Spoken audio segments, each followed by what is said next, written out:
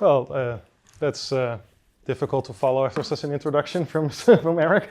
It's just honest. Come on. You can that- follow. You can follow that. It's not a problem. That does not help somehow. Let me give a brief introduction to the person standing next to me. That's Jonathan Ackley. If any of you have ever heard of the game Curse of Monkey Island, he was largely responsible for that. As Jonathan Eric alluded to, my background is in the Godot game engine. I've been part of the leadership of that project for coming up to a decade now. It's been a hot minute. And as part of that, I started a consulting company to help companies build stuff around the engine, and that is how I got into contact with Jonathan for game design. And well, Eric came to us and said, well, we want this a highly technologically advanced piece of software, but we want people to be able to have this easy on-ramp on doing this. So we need a design that is exciting, and for that you need a game designer. That I am not. I am a nuts and bolts kind of person. I can make your game, but I cannot design it for you. So that is where Jonathan came in, and together we've been managing the technical and design aspect of this thing. That's also why we're standing here together, because the two are inextricably linked. If you want to build something good, it doesn't only have to work, it also has to work for the person that is actually using it. And those are two very different things. So I'm going to give it to Jonathan for a moment, and then we will go through this presentation. And if you have any questions after that, please come and find us after we're done yapping at you. Thanks, everyone. Thank you for coming, and thank you for putting on this wonderful event. And I'm Jonathan Ackley. I've been working on this for the last 2 years, trying to make Eric's vision a reality with the software. So what is MSEP.one? As I now make the classic presentation mistake of reading to you the text which is already in front of you. Free and open source, developed to be powerful enough for today's scientific tasks, and allow people to design for the future of generative nanotechnology. One of the key things, which we're going to hit over and over on this, is a lot of effort has been put into the user interface. Because, God forbid, this should be fun. Fun not just because professionals should have easy to use tools that make their job more efficient, but also fun because part of the goal is to demystify the science and to make it more accessible so young people will become interested in, the careers that you guys have chosen to follow. So it's powerful, and it is designed to be extensible so that it will have a continually expanding feature set. So it'll be great for the people in this room, perhaps. We managed to do all of this without including a single paper clip that talks to you, by the way. So I think that's very clean. I tried to put it in, he said no. So it's powerful, but the ease of use is designed to make it seamlessly fit within the workflows of scientists. There are a lot of great, powerful tools out there, and they give you all the features, and they give you all the features all at once. It can be overwhelming. So if the power is there, but you can't find it, are you leveraging that power to the best of the ability? So we're trying to eliminate the barriers to entry. You can sit down, you can immediately play with it, you can immediately have fun with it. But the science behind it is real. So we focus on intuitive interface design at the very beginning of the project. So the UI did not evolve geologically or evolutionarily. So we're trying to make things consistent and trying to make them, dare I say it again, fun. And I'm going to let HP talk a little bit about the extensibility, which is the platform is designed so that people can add new features without breaking the user interface paradigms. You want to talk a little bit about how Yeah, that's sure. together? So scientists, particularly in this field, are very used to writing code in Python. So one of the important things for us was to make sure that scientists can take their existing workflows and actually put it in the tool without having to write their own user interfaces, because that is where a lot of this stuff kind of falls flat, right? scientists are not user interface designers, and that's fine because that's not their job, right? But what that means is that a lot of very interesting, very well thought out code is just existing on GitHub to do a particular thing that is very difficult to do, and there's a lot of effort being put into writing this code. But the end result is that only people that are already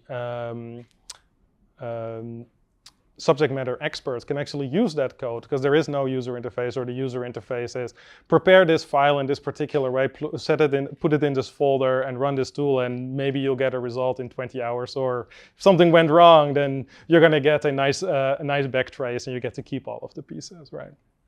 So we're trying to improve upon that by making it easy to plug code, your existing Python code, into our UX.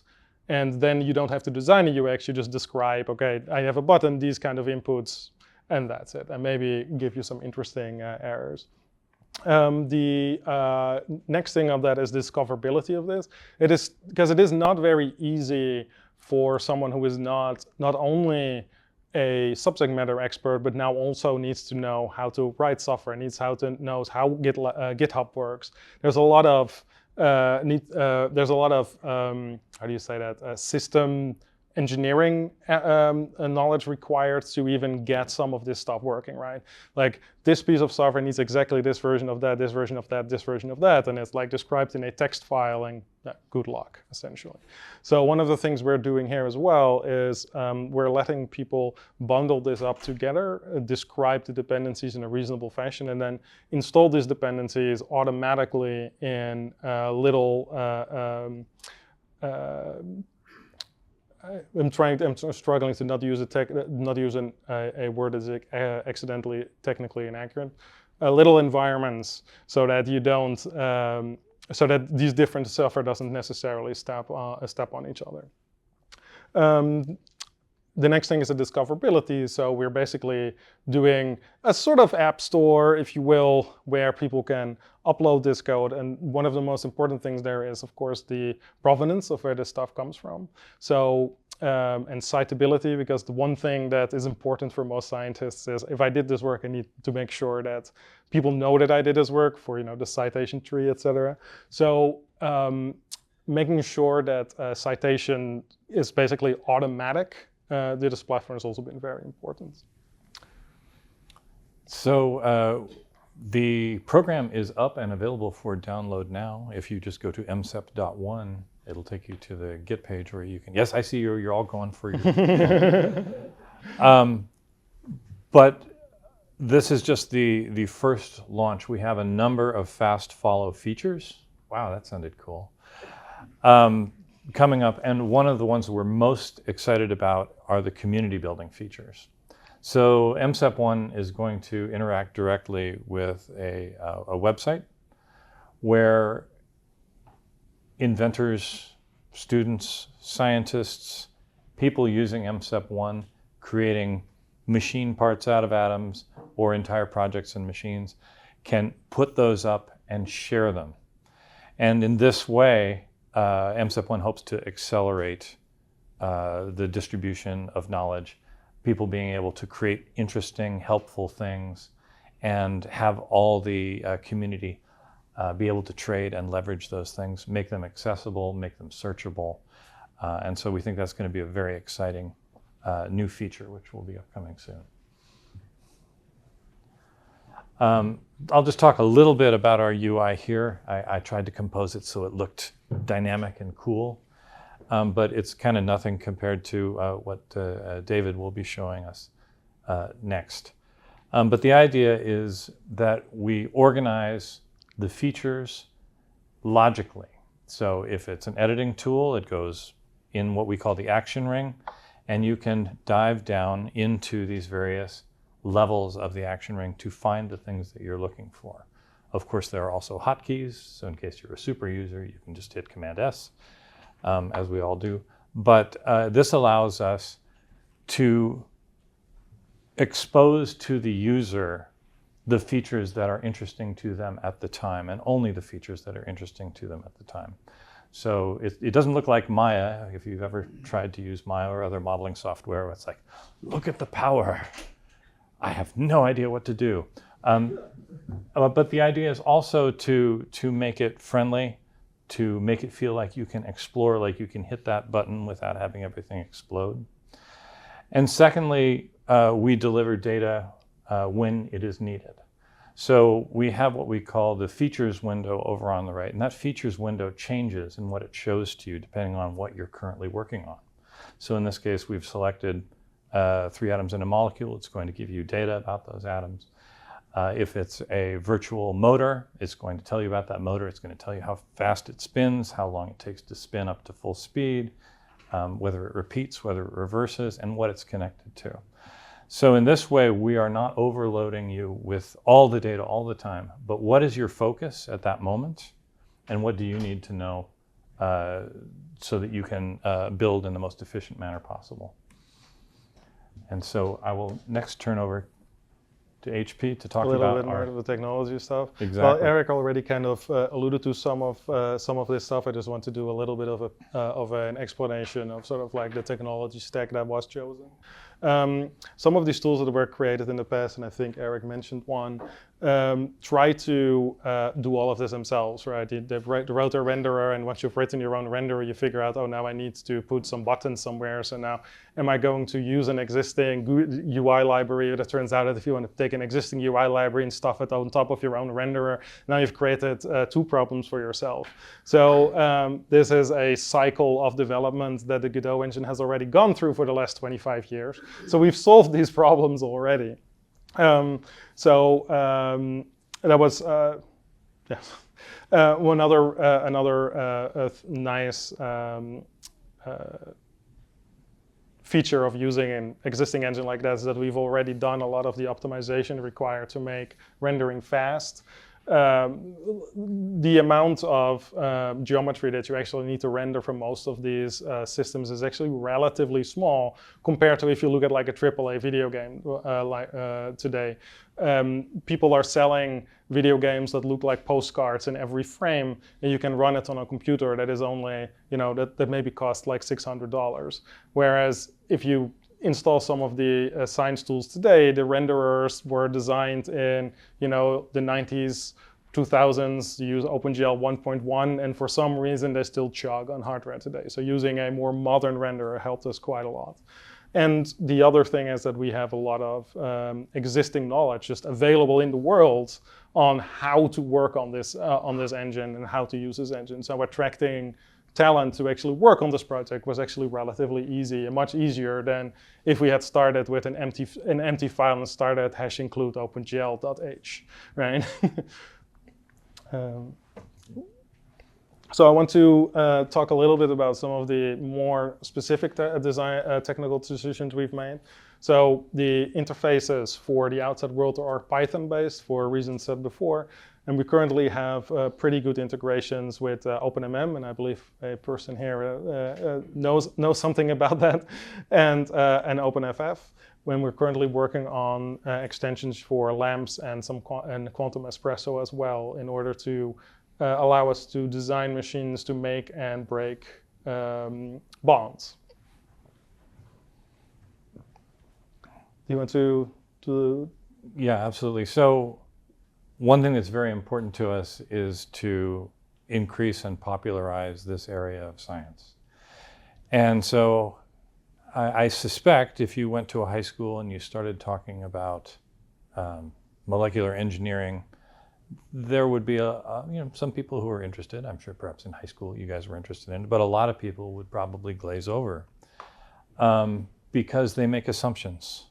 They assume that it's too complicated. I don't understand this quantum stuff. I saw it in Ant-Man. It looked really dangerous. Whereas it's important that this field grow, that we expose people at a young age and get them excited and get them inventing and get them playing and realizing it's not beyond them, and that they are the future, and they are going to be, 20 years they'll be in this room in much cooler clothes than we're wearing right now. And they, but how do we grab them?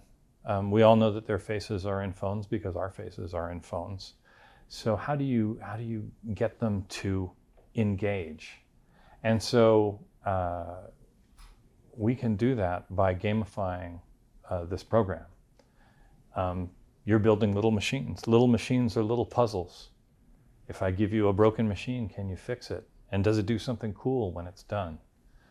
All that kind of gamification, all that kind of reward and feedback loop we can deliver. And the idea is to say, this is something that is you're not only capable of doing, but is something that could be really, really fun for you and really exciting. So we will be taking this MSEP base that we have, and we will be turning it into a game. It will ramp up, it will teach people how to use all the features. Then we'll put them through a whole bunch of puzzles. We'll probably drive it through some crazy wackadoodle story, like we always do. I'm sure it involves shattered crystals or something like that. It works every time. And then we're going to set them free to explore on their own and to build their own things, and then to share those things online with you people and the rest of the world. So this is one of our great goals, is to really make this interesting to the next generation. Yes, sir? Do you have any plans to port it to smartphones? You get an app? If your intended market is all, as you say, has their face on the phone. It is, Yeah, it so is possible. we kind of wanted to take questions a little later, but let me just get that one real quick right now. So we called it the MSEP. The P in the MSEP stands for platform, right? So the idea here is that we can take the core of what we have and basically split off different products out of that. So we can take the editing core and the integration with the scientific tools, the OpenMM, OpenFF, other such tools, and we can just slap a more touch-friendly user interface on that, and that is definitely something that we want to do. And the idea is making sure that we use the same data formats and the same simulation tools, so that if they grow out of solving puzzles on their phone, that they can take their knowledge and just get it on a piece of software that they can install on their computer. So that is the general plan there. And if I can add a little bit to this, why does Minecraft get why does Minecraft get all of the 16-year-old geniuses building fake mechanical computers when they could be building real mechanical computers? So I think David is next. Yeah, right? David is next. So I'll just one thing before I go to set up David is 20 years ago I helped create Lego Mindstorms. And so it was using software to teach robotics. And I was terrible at building robots.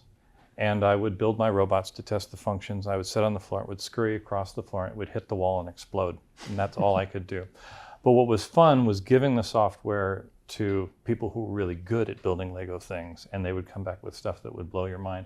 And I really kind of get the same feeling when we gave MSEP to our next speaker, David Lister, because he does astonishing things that I am incapable of creating with this platform. So with that, David.